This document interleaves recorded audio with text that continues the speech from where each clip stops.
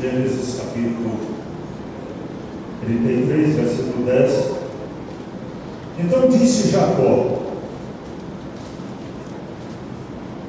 não, se agora achei graça aos teus olhos, peço-te que aceites o meu presente, porque vi o teu rosto, como se tivesse visto o rosto de Deus, e te agradaste de mim. A mensagem traz dessa forma o texto. Mas Jacó insistiu: por favor, se você sentir no coração que deve me receber, aceite os presentes que lhe dou.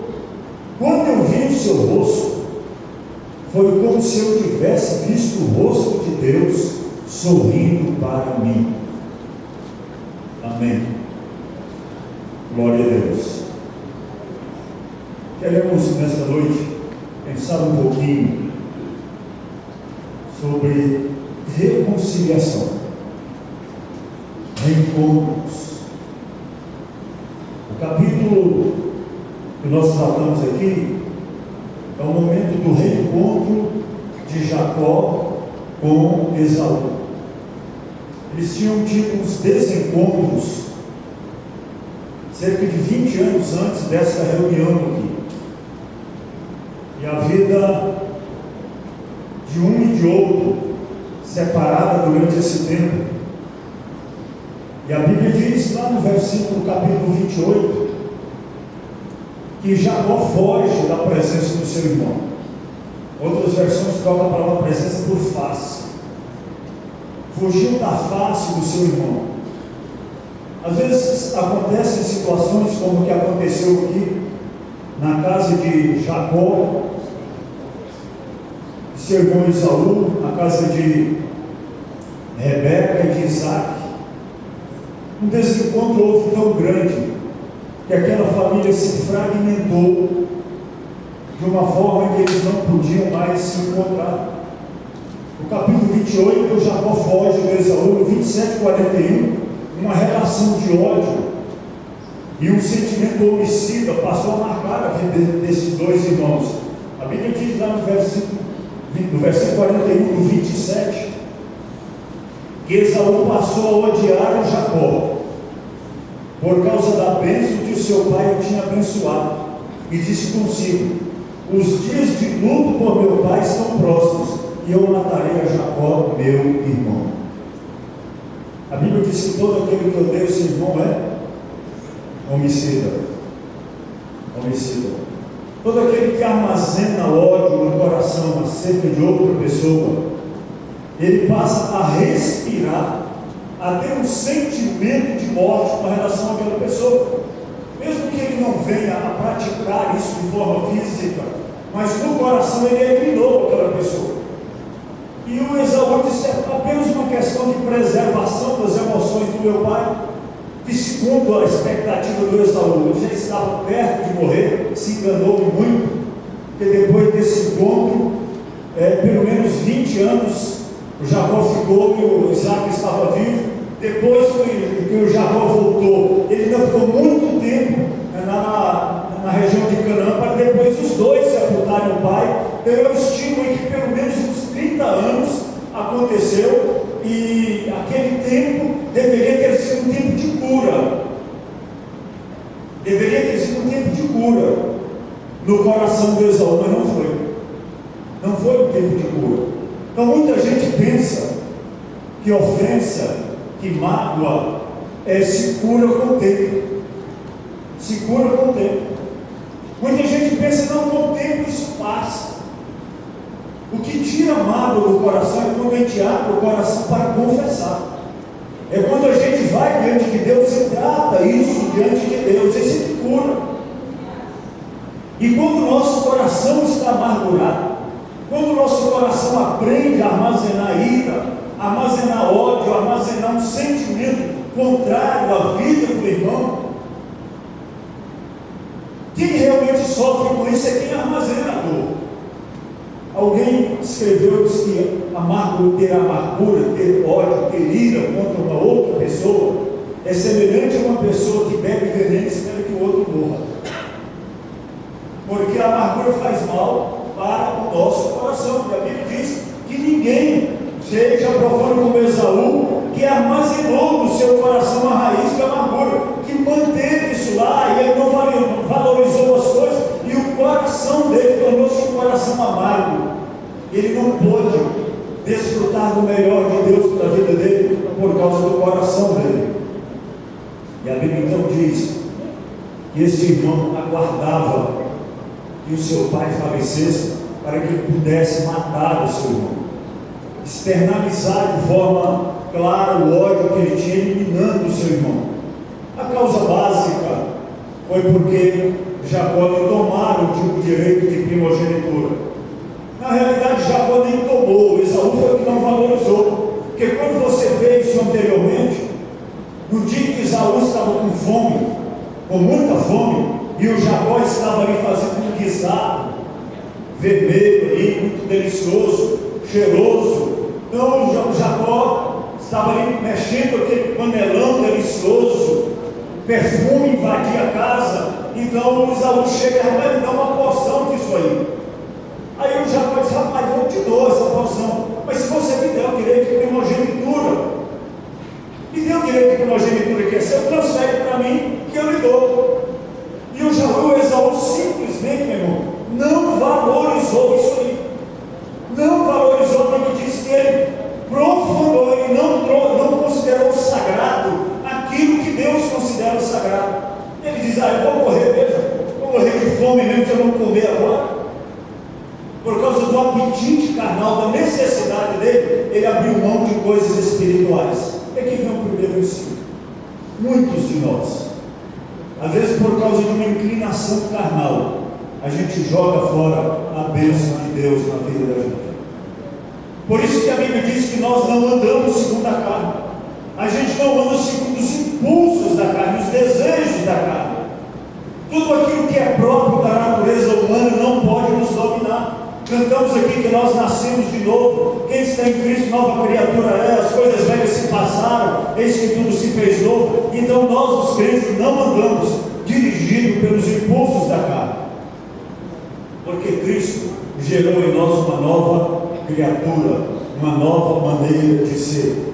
Mas o Esaú, diante daquela proposta oferecida, o Jacó mexendo lá o seu panelão, né? Seu panelão, ele disse: dá um pouquinho. Ele só pegou o direito de primogenitura. Mas isso é precioso demais. Você sabe, rapaz, a escolha é sua. A escolha é sua. Ele chegou no ponto e disse: não, isso não tem valor nenhum para mim. Me dê a porção de comida e leva o direito de primogenitura. O que Jacó fez lá na frente foi simplesmente pegar aquilo que o próprio Esaú não tinha valorizado. Mas chegou um dia em que o Isaac entendeu que era hora de ministrar a bênção. Já estava com a vista escurecida, ele queria fazer isso antes da sua partida, e também acreditava que poderia acontecer naqueles dias.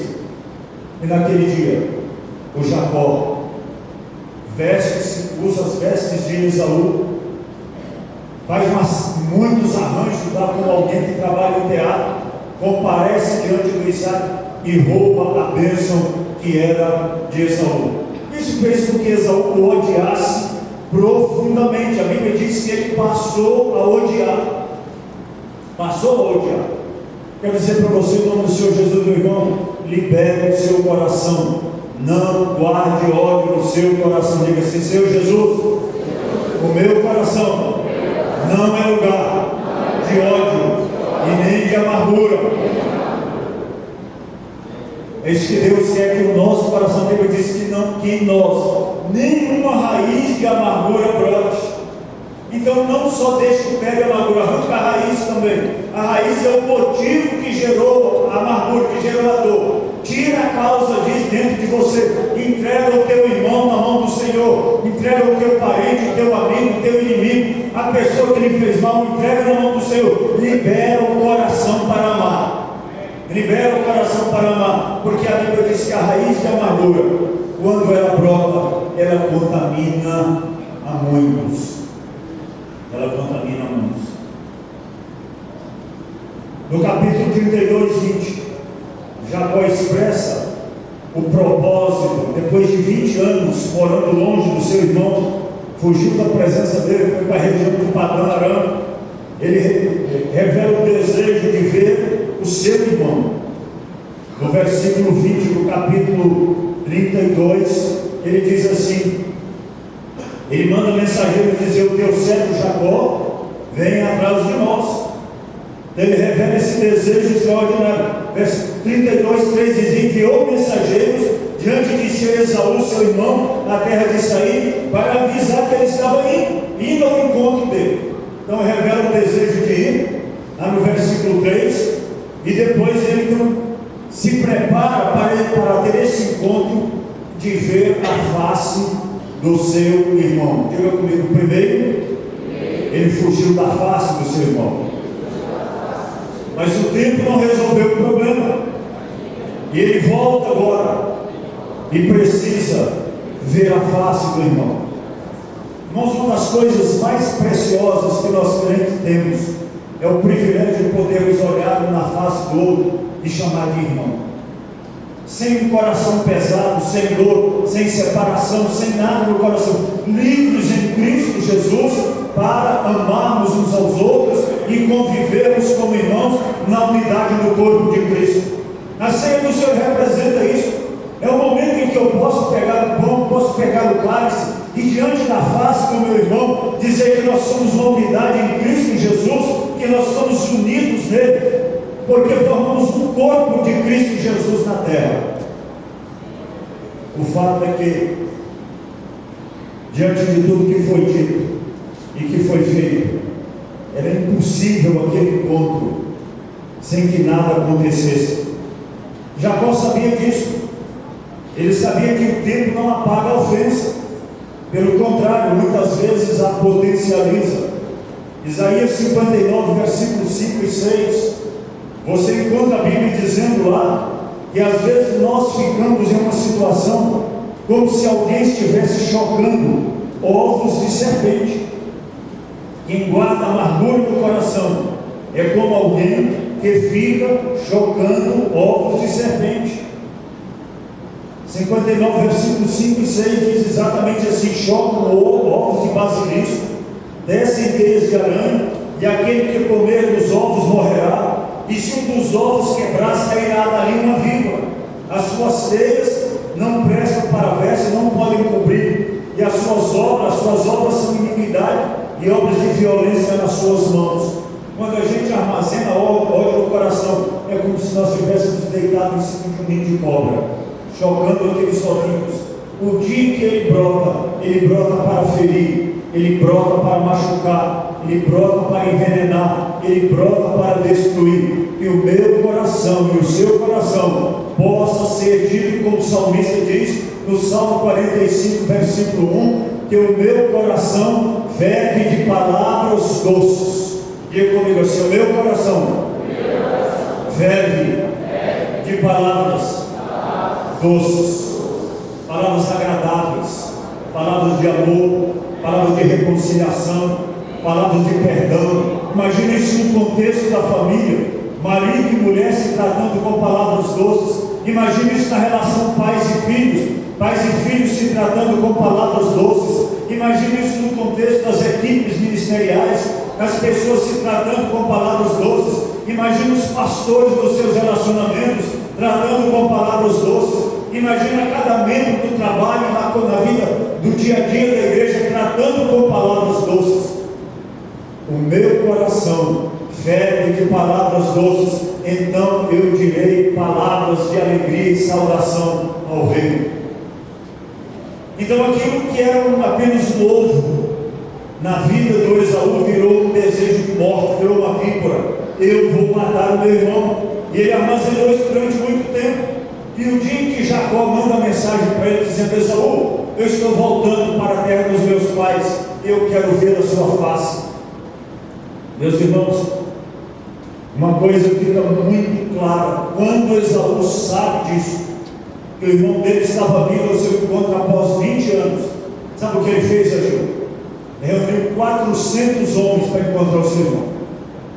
reuniu 400 homens de guerra e partiu para o encontro do seu irmão Jacó. Sabe com quantos homens o Jacó vinha? O Jacó vinha com 12 meninos. Jacó vinha com uma série de mulheres, com servos. Jacó não vinha armado, Jacó não estava bom para a guerra, mas o irmão dele veio com 400 homens de guerra. Você já viu isso na vida de alguém? Alguém partir para cima do outro, cheio de ódio no coração, e diz: agora eu vou pegar. E quando Jacó soube que o irmão dele vinha no encontro dele com 400 homens, ele disse: agora não tem mais jeito para mim. Agora acabou tudo. Sabe o que o Jacó fez? Jacó foi buscar em Deus. Diga assim: qualquer reconciliação com o irmão começa com a reconciliação com Deus. Porque quando eu me separo do meu irmão, também eu me separo de Deus. Eu rompi a comunhão. Então Jacó descobriu o seguinte: que mais do que um problema com Esaú, ele tinha um problema com Deus. E aí você encontra a experiência que ele tem no capítulo 32. Jacó vai ao vale de Jaboque. Precisava livrar desse fantasma de 20 anos.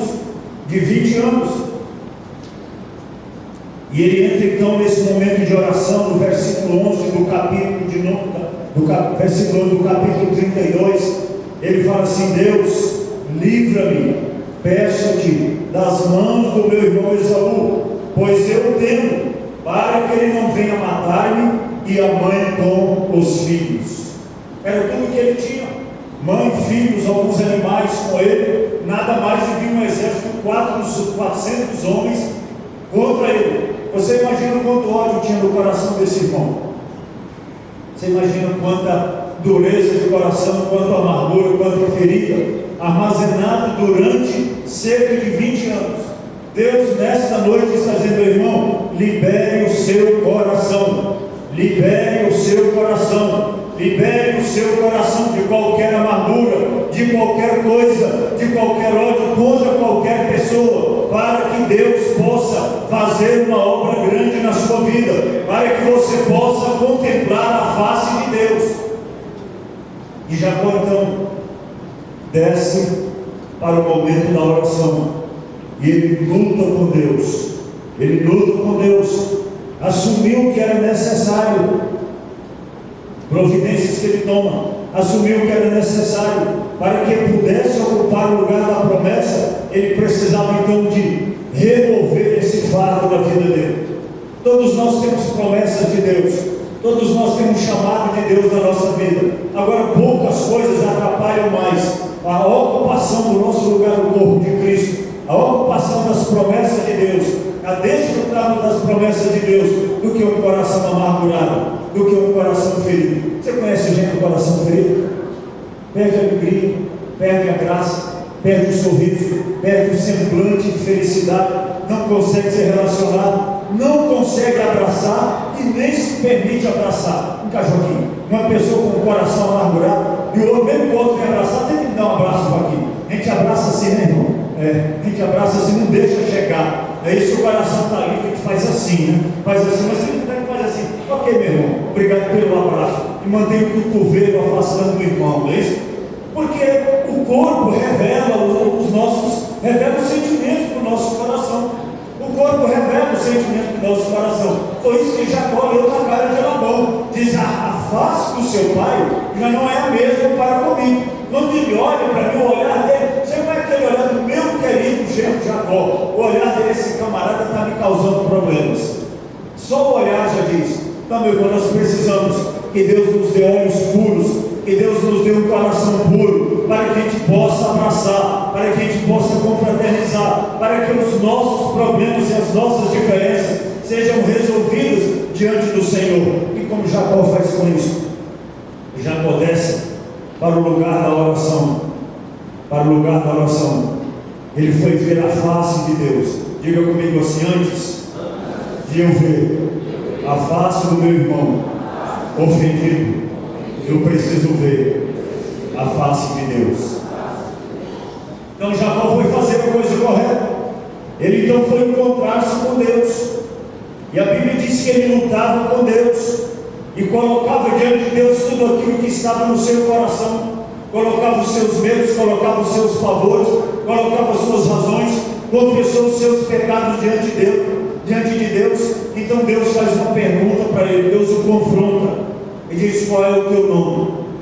E ele diz: meu nome é Jacó. Meu nome é Jacó. Significa enganador, significa aquele que passa a perna no outro, significa aquele que toma o direito do outro. Então, ao confessar, diz assim comigo: se confessarmos os nossos pecados, Ele é fiel e justo para nos perdoar os pecados e nos purificar de toda injustiça.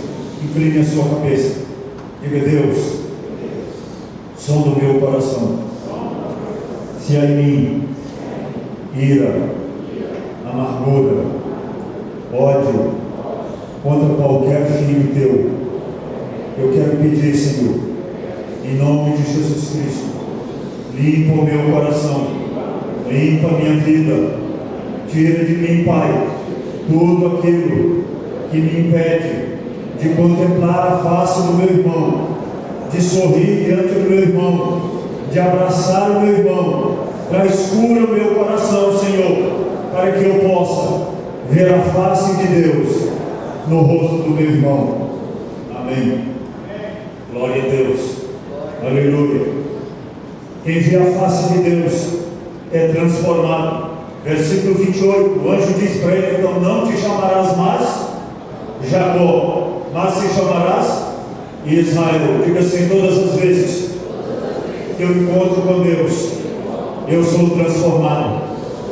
Não existe, meu irmão, nenhum caminho melhor para a mudança de vida do que encontros com Deus.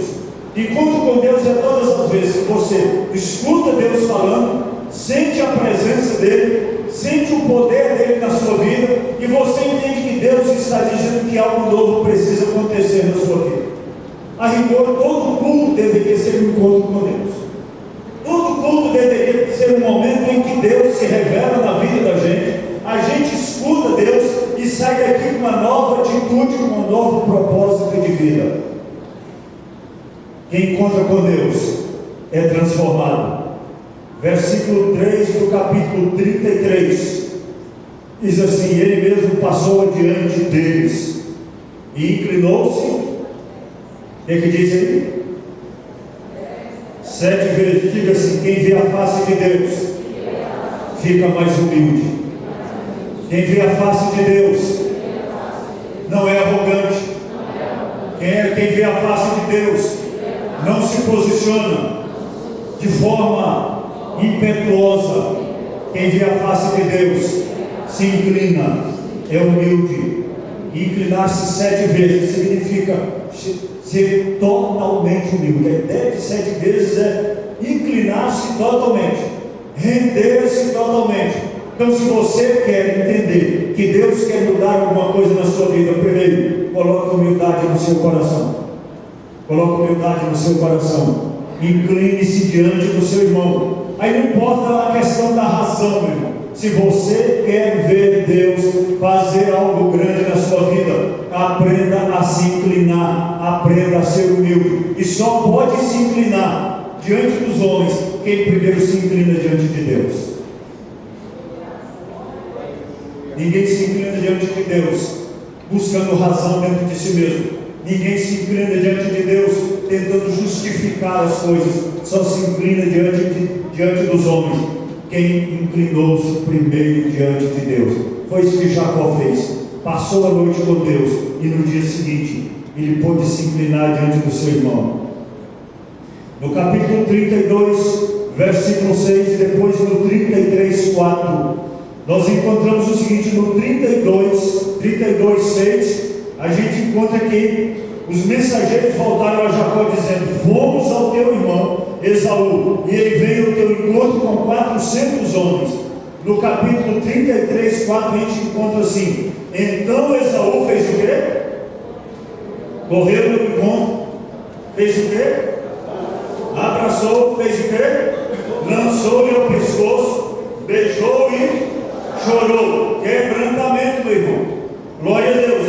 Esaú correu encontro, a abraçou, lançou-lhe ao pescoço e o beijou, e ele chorava. Agora eu fico imaginando os 400 homens, todo mundo armado, veio para a guerra. Então vamos pegar esse camarada agora, porque o Esaú tinha envenenado o coração dele. Olha, veio meu irmão, é para acabar, não é para ficar ninguém, é para ficar ninguém. Aí o Jacó vai orar com Deus, quando os homens agora, tudo pronto armado, 400 homens. Aí quando vê o coração do Esaú, amolece, e o homem, em vez de partir para a guerra, não, vai lá, corre, abraça, beija e chora. Eu não estou entendendo mais nada. Nós viemos para uma guerra, nós viemos para um chororô. O que é que nós viemos fazer aqui? Meu irmão, quem se encontra com Deus, vence a batalha antes mesmo dela acontecer. Você não vai usar as armas carnais, você vai usar as armas espirituais. E as pessoas vão dizer, eu não entendi nada. Eu pensei que ia para uma boa briga, e agora eu estou aqui nessa sessão de choro, nessa pregação toda, nesse beijo, nesse abraço. É isso que Deus quer fazer. Diga comigo assim: as nossas armas, as armas da nossa milícia, não são carnais, mas elas são poderosas em Deus para destruir fortalezas, sofismas e todo argumento que se levanta contra o conhecimento de Deus. Eles vão ficar decepcionados demais. Nós vamos com a guerra, tudo armado até os dentes, e agora que virou esse momento aqui de quebrantamento. Diga comigo assim: quem se encontra com Deus milita as coisas no mundo espiritual, vê Deus mudando as coisas. Você quer ver Deus mudar os problemas que você está vivendo? Se encontre com Deus. Você quer ver Deus resolver os seus problemas de relacionamento? Melhore a sua relação com Deus. Quanto mais eu me aproximo de Deus, mais eu me aproximo do irmão, mais eu me aproximo do irmão. Vem cá, Genival, fica bem ali, Genival, bem ali, Genival. Joaquim, vem aqui, Genival, vem aqui. Joaquim, isso, é dali, Joaquim. Nós vamos fazer do Genival Deus agora, certo? E nós somos separados um do outro. Há uma barreira entre nós, uma distância entre nós. Mas à medida em que eu e você caminhamos em direção a Deus, o que vai acontecer entre nós, Joaquim? Nós vamos nos aproximando. Quando nós chegamos em Deus, lá está Deus, Joaquim e Valdo. Sabe por quê? Porque ambos caminharam para Deus. Muito obrigado. É isso que Deus quer, meu irmão. Se você quer ver Deus mudando os seus relacionamentos destruídos, aproxime-se de Deus. E à medida que você se aproximar de Deus, Deus vai aproximar você dos seus irmãos. Aleluia. Porque o meu foco ali passa a ser Deus, e o do Joaquim era Deus, e daqui a pouco não existe mais nenhuma separação, porque o Joaquim está em Deus e eu estou em Deus. Aleluia. Glória a Deus. E no versículo que lemos aqui no início, versículo 10, diz comigo assim: quem vê a face de Deus, vê o sorriso de Deus na face do irmão ofendido. A Bíblia diz que quando Jacó agora olhou para Esaú, ele olhou e ele disse para Esaú: Esaú, eu estou olhando para você agora, e eu estou vendo no seu rosto como se Deus estivesse sorrindo para mim. Então, quando Jacó e o Esaú se abraçam, não é porque eles estavam achando tão bonito e perfeito, não. É porque Deus estava ali, e ele estava abraçando Deus que estava no irmão. O sorriso de Deus no irmão. É isso que Deus quer, a unidade do corpo de Cristo, que as nossas diferenças sejam resolvidas em Deus. Glória a Deus. E aquela face que antes expressava ódio, agora era Deus sorrindo. Agora é Deus sorrindo. Agora é Deus ministrando a comunhão e ministrando a reconciliação. Glória a Deus. E esses dois irmãos seguiram pelo caminho, e a Bíblia diz que Jacó disse para o Esaú: Esaú, você nem precisa ficar aqui comigo, não. O Esaú disse: não, eu quero deixar os homens aqui para montar guarda para você. Ele disse: não, não precisa me guardar, não. A única coisa que eu queria era ver o seu rosto. Agora, pode seguir o seu caminho. Diz assim: quem perdoa, deixa o outro livre. Diz de novo: quem perdoa, deixa o outro livre. Amém? Glória a Deus. Há uma unidade do corpo de Cristo, da ceia do Senhor. O que nós queremos fazer o momento da ceia é comermos o pão e bebermos o cálice, junto com o irmão, vendo o sorriso de Deus na face do irmão, sem nenhuma barreira, sem nada impedindo, com alegria no coração, dizendo assim: rapaz, quando eu olho para você, é como se Deus estivesse dando um sorriso muito simpático para mim e querendo me abraçar. Você pode abraçar o seu irmão e dizer: olha, meu irmão, entre nós há perfeita comunhão, porque as coisas que rompiam, as coisas que impediam, foram tiradas, porque eu vejo agora no rosto teu a face e o sorriso de Deus. Amém? Glória a Deus. Bendito seja o nome do Senhor Jesus. Por favor, você precisa receber o meu presente, a minha dádiva, pois quando vi o seu rosto, foi como se eu tivesse visto o rosto de Deus.